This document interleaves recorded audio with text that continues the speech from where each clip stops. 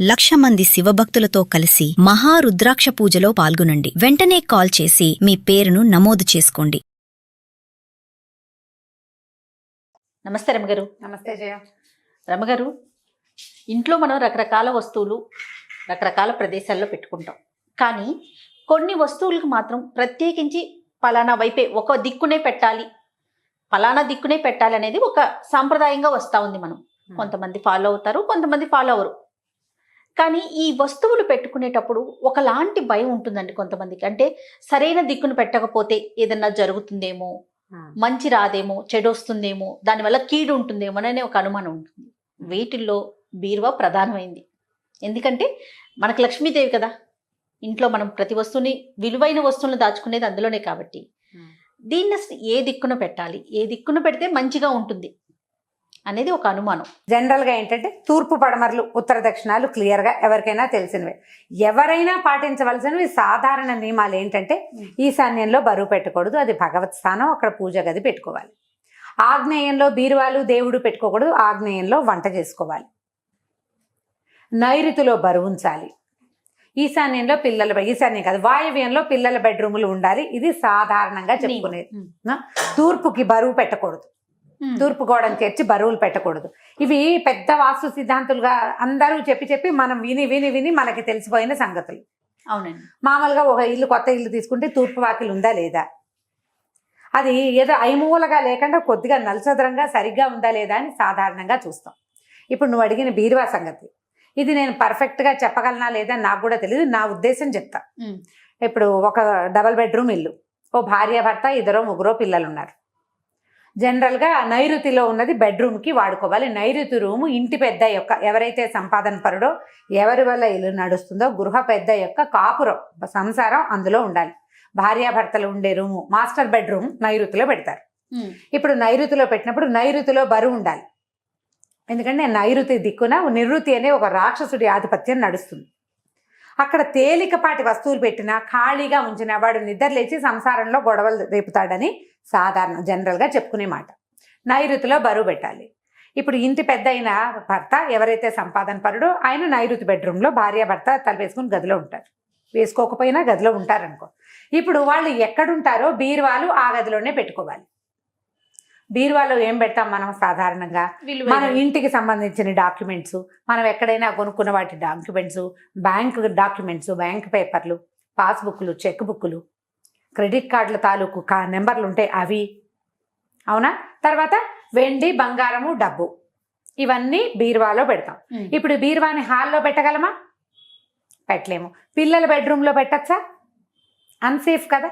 మూడోది ఒక రూమ్ ఉంది మనకి ఎక్స్ట్రా, గెస్ట్ రూమ్. ఎవరైనా చుట్టాలు వచ్చినప్పుడు, మన అమ్మ నాన్న, వాళ్ళమ్మ నాన్న వచ్చినప్పుడు, ఫ్రెండ్స్ వచ్చినప్పుడు, పిల్లల ఫ్రెండ్స్ వచ్చినప్పుడు, అనుకోని అతిథులు వచ్చినప్పుడు గెస్ట్ రూమ్ ఇస్తావు. నువ్వు వాడని గెస్ట్ రూమ్ కానీ, పిల్లలు పడుకోవడానికి యూజ్ అయ్యే పిల్లల రూమ్లో కానీ డబ్బు, బంగారం, నగలు, డాక్యుమెంట్స్ పెట్టకూడదు. ఇది సాధారణ ఖచ్చితమైన నియమం. మనం ఎక్కడుంటామో సేఫ్ సైడ్ కోసం మన దగ్గరే పెట్టుకోవాలి. దిక్కు ఎట్లా ఉండాలంటే నైరుతిలోనే పెట్టాలి, అంతే. ఇప్పుడు ఆ నైరుతి మనం ఒక గదిలో ఉంటే, మనకు ఆ గదిలో నైరుతిలో బాత్రూమ్ ఉంటే ఏం చెయ్యాలి? నైరుతిలో ఆల్రెడీ అల్మర్ ఉంటే ఏం చెయ్యాలి? అక్కడ ఖాళీ లేదు బీరువా పెట్టడానికి ఏం చేయాలి? 100 ప్రశ్నలు. అవునండి, ఎన్నో ప్రశ్నలు. మన ఇంటిని బట్టి కదా వాస్తు. అక్కడ కుదరలేదు, అప్పుడు ఈ బీరువా ఏం చేసుకోవాలి అని బెంగెట్టుకుంటాం మనం. చాలా బెంగగా ఉంటుంది. అప్పుడు ఏం చేస్తాము? మనకున్న అవకాశాన్ని బట్టి నైరుతి రూమ్లోని మాస్టర్ బెడ్రూమ్ ఏదైతే ఉందో అక్కడే డబ్బులు పెట్టుకోవాలి. నైరుతిలో బీరువా ఉంచాలి అని ఎంతమంది పెద్దవాళ్ళు చెప్తారో.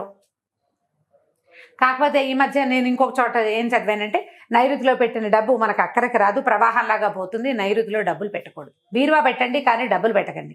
అది ఎలా కుదురుతుంది? అన్నం తినండి కానీ మింగకండి, ఇలాగా ఉంటుంది. అలా ఎలా చేస్తాం? అది సాధ్యం కాదు. అందుకని ఏం చేయొచ్చు? ఆ నైరుతిలో పెట్టుకున్న బీరువాని ఉత్తరం వైపుకి ఉండేలాగా పెట్టుకోవచ్చు. ఉత్తరం వైపుకి చూసేలాగా పెట్టచ్చు. నైరుతి దిక్కునే ఉత్తరం వైపు చూసేలాగా బీరువా ఉత్తరం వైపుకి చూసేలాగా పెట్టుకోవచ్చు. చిన్న తేడాలతోటి ఉత్తరపు మధ్యలో, ఉత్తర దిక్కుకి మధ్యలో ఉండేలాగా కూడా బీరువా పెట్టుకోవాలి. డబ్బులు, బీరువా అంటే బరువైన వస్తువు. సాధారణంగా ఇనప ఉంటాయి ఎవరింట్లో అయినా బీరువా కదా. ఒకవేళ అక్కడ మీకు సాధ్యపడలేదు, అసలు మీకు బీరువావే లేదు, బీరువాయే లేదు. అప్పుడు ఆ పక్కన ఉన్న అల్మర్లో ఉత్తరం వైపు ఉన్న దాన్ని పెట్టుకుంటే కనుక ధనం ప్రవాహంగా వస్తుందని చెప్తారు. ప్రవాహంగా ఎలా వస్తుంది? మనకి ఎంత సంపాదన ఉంటే అంతే వస్తుంది. ఇవన్నీ మాటలే. ఎక్కడికైనా ఊడి పడిపోవు డబ్బులు, సంపాదిస్తే వస్తుంది. ఆ సంపాదన వేగం ఇంకొంచెం పెరుగుతుంది. అక్కడి నుంచి మనం ఇంకొకటి చేస్తాం. సాధారణంగా ఏం చేస్తుంటాం? బయట నుంచి వస్తామా, ఓ 10, 20, 30 పాతిగా చిల్లర ఉంటాయి, ఓ పక్కన పడేస్తుంటాం. అవునండి, పక్కన పడేస్తాం. చాలా మందికి, మా ఇంట్లో కూడా మా పిల్లలకి 2-3 టీపాయిలు ఉంటాయి, ఒకడక్కడ ఒకడిక్కడ పెడుతుంటారు, అందులో నుంచి తీస్తూ ఉంటారు. ఆడవాళ్ళకి అంటే నాకు లేదు కానీ సాధారణంగా కిచెన్లలో ఎక్కడైనా అందుబాటులో పెట్టుకుంటారు. ఈ పద్ధతి మానేసేయండి. డబ్బు ప్రవాహంగా రావాలంటే దానికి ఒక నియమమైన ప్లేసు. డబ్బు అంటే లక్ష్మీదేవి, ఆమెని ఎక్కడ పడితే అక్కడ పారేయకూడదు. పావుల కింద పడితే ఏం చేస్తా, పోతే పోయింది అనుకుంటామా? మనగానే పోనీ మన డబ్బులు పడ్డాయి అనుకో, మన ఎదురుకుండా ఎవరో ఒక ఆవిడ వస్తుంది, మందే చేయిదారి రూపాయి పడింది, ఆవిడ వంగినా తీసి కళ్ళకద్దుకుని మన చేతిలో పెడుతుంది కదా. అంటే చాలా గౌరవించవలసిన వస్తువు ఏది? డబ్బు. డబ్బు లక్ష్మీదేవి. ఎడం చేత్తో పెట్టద్దు, ఎక్కడ పడితే అక్కడ పెట్టద్దు.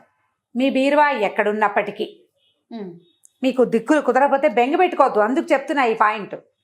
బీరువా మీద పూర్తి దిక్కు క్లారిటీ మీకు వచ్చిందని నేను అనుకోవటం లేదు. క్లారిటీగా చెప్పినట్టు నాకు కూడా అనిపించట్లేదు. నేను చెప్పగలిగేది అదే, మీ ఇళ్లకు ఉన్న అవకాశాన్ని బట్టి. బట్ డబ్బుల్ని ఏం చేయాలి? 2 డబ్బులు, బంగారం, ఈ రెండిటి గురించి సాధారణ జనాలకు చెప్పే మాట అన్నమాట ఇది. చిల్లర వేయడానికి ఖచ్చితంగా ఒక వస్తువు పెట్టుకోండి. ఎవరైనా ఆడమగ పిల్లమేక అందులోనే వేయాలి. చిల్లర అక్కడి నుంచే తీయాలి.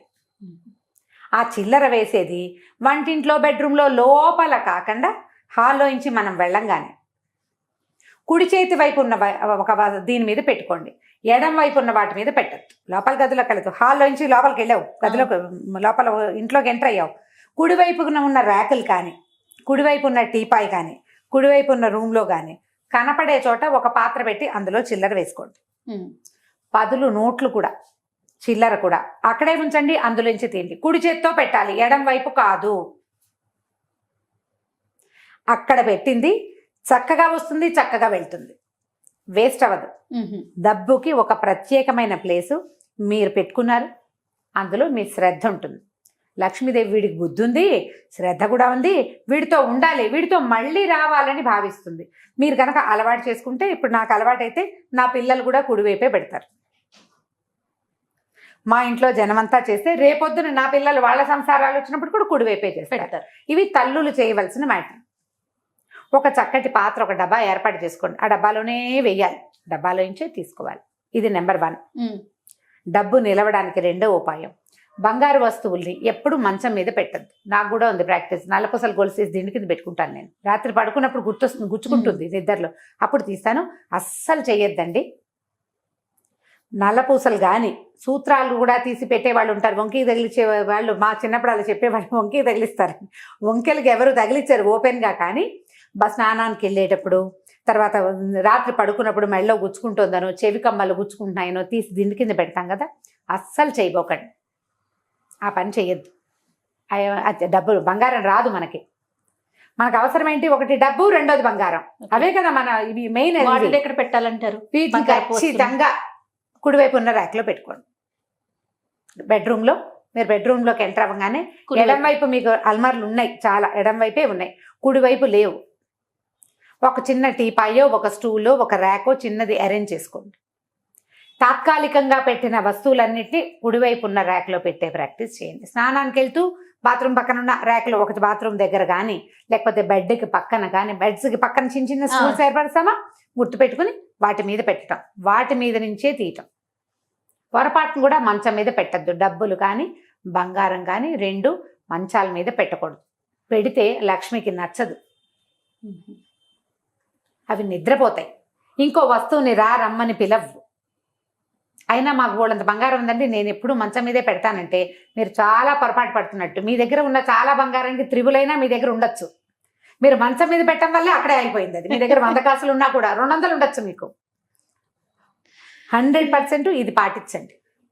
ఈ రకమైన పాటింపు వల్ల మీ బీరువా నైరుతిలో ఉండి మీరు ఉత్తరం వైపుకి పెట్టుకోలేక మీకు కుదరకపోయినా కూడా ఈ డబ్బుని గౌరవించే ఈ విధానం వల్ల మీ దగ్గరికి డబ్బు, బంగారము ఖచ్చితంగా వస్తాయి. నియమంగా చేయాలి. దేనితోటైనా మనకి ప్రత్యేకమైన వస్తువుల్ని నియమబద్ధంగా ఉంచుకోవాలి. అంతే కదా. ఇప్పుడు బీరువా మీ ఇంట్లో ఉన్న వాస్తు ప్రకారం మీ వాస్తు సిద్ధాంతం అడిగి రమారావు గారు చెప్పారండి అని మాత్రం అడగండి.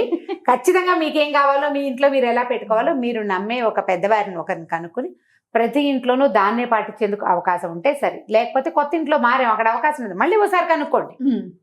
మళ్ళీ ఒకసారి అడగండి. బీరువా మాత్రం నైరుతిలోనే ఉండాలి, ఎందుకంటే నైరుతిలో బరువు ఉండాలి, ఇనప వస్తువు ఉండాలి, అదొక మూలగా ఉంటుంది. కాబట్టి అక్కడ బీరువాలు పెట్టుకోండి.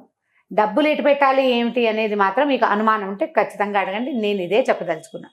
మీరు ఇప్పుడు ధర్మ సందేహాలు చెప్పమని అడిగారు కదా, నన్ను అడిగితే ఇలాంటి ఆన్సర్లు వస్తాయి. ఇది ధర్మ సందేహం కాదు రమ్మగారు, జనరల్ గా వచ్చే డౌట్ ఇది. అలాగా ఇప్పుడు ఇది ధర్మ సందేహం క్వశ్చన్స్ కింద ఇచ్చారు నాకు లైన్. రైట్, ధర్మ సందేహమే ఇదే కదా. ధర్మం ఏం చెయ్యాలి అని డౌట్ రావటమే ధర్మ సందేహం చేయాలి. తప్పకుండా అంతే కదా. మీ అభిప్రాయం తెలుసుకోవటం అంటే అదే కావాలి మాకు. ఓకే రమ్మగారు, నమస్తే అండి. నమస్తే చెయ్యి.